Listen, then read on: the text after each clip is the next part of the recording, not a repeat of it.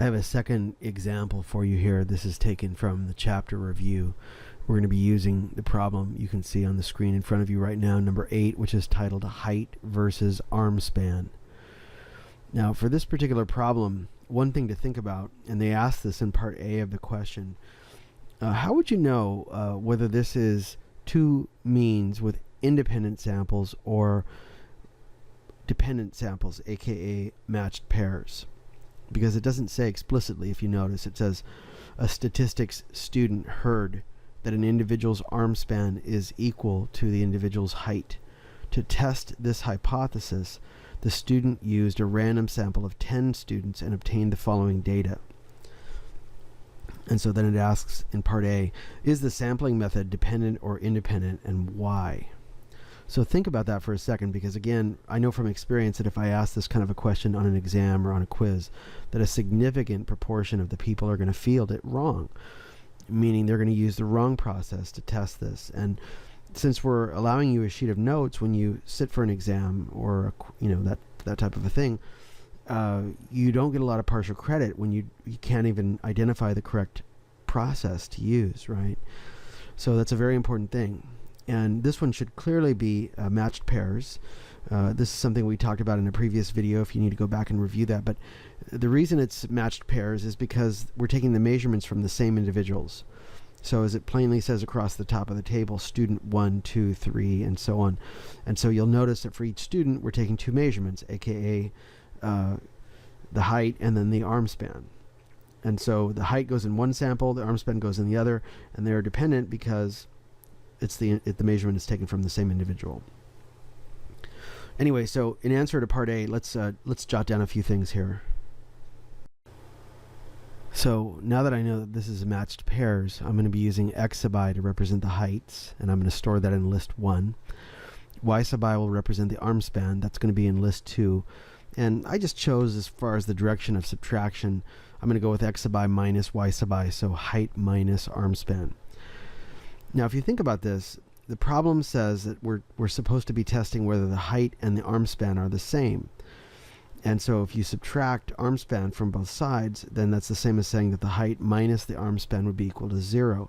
And that is a null hypothesis right there, right? If you understand the framework within which we are working, there are 3 tests, but we don't do tests of equality. We don't do we don't test a claim of equality as an alternative hypothesis. That's not how we work. So in this case, we're being asked indirectly to test something, and let's look at the problem again just to be sure we're tracking here. So again, it says we are testing the hypothesis that the individual's arm span is equal to the individual's height. So what I'm trying to suggest in a roundabout fashion is that this is a two-tailed test. And it's because we're not testing this directly. We cannot test a claim of equality directly, but we can test it indirectly. And so, in other words, we're setting up an alternative hypothesis for a two-tailed test. Because again, when you look, the null hypothesis is always a claim of equality, whereas the alternative hypothesis can be something else. And so my suggestion would be that in this case, the two-tailed test is the one that makes the greatest, it makes the most sense. And so that's how we're going to run this. Now, let's go back and take a look at what we have here. That then answers effectively what the question I was going to ask was, which is, what is our alternative hypothesis? So, in other words, I know what my null is. It's the claim that mu sub d is equal to 0. And my alternative hypothesis is going to be, that they're not equal. So let's put that in.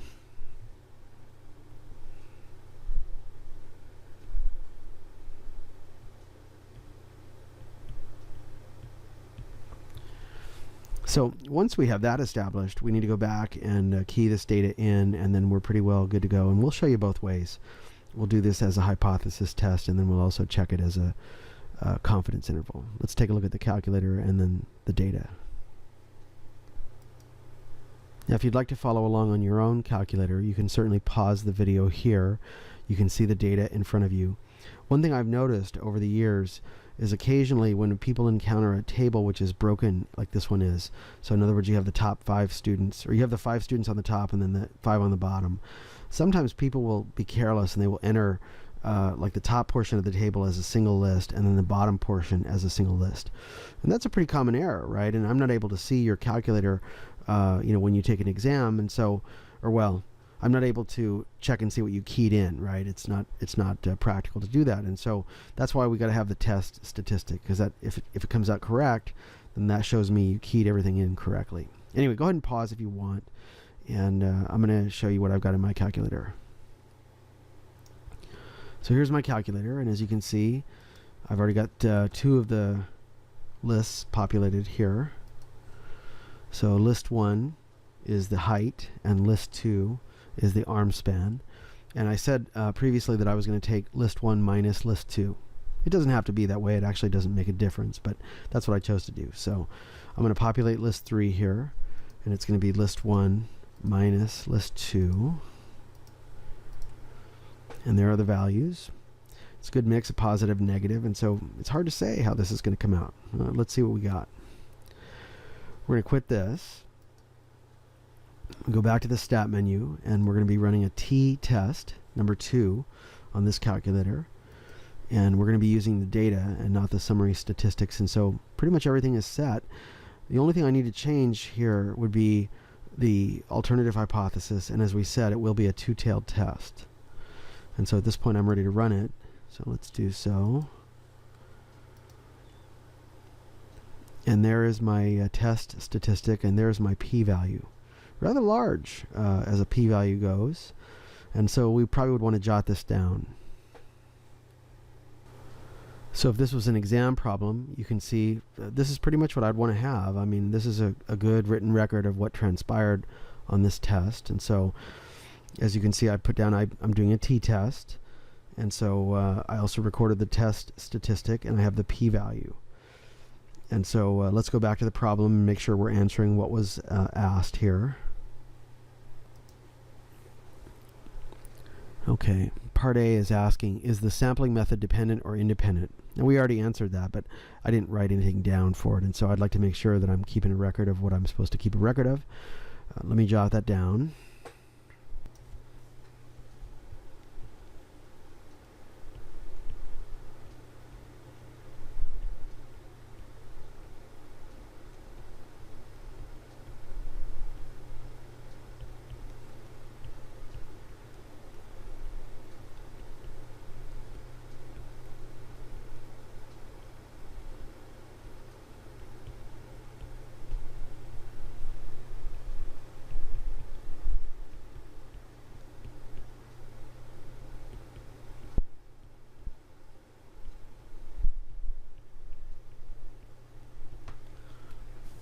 So that's how I chose to say it. I'm not saying you have to say it exactly the same way, but that's a reasonable answer. I'm saying that they're dependent, so I answered the first part of the question, and then I'm telling why, and it's because the measurements were taken from the same people.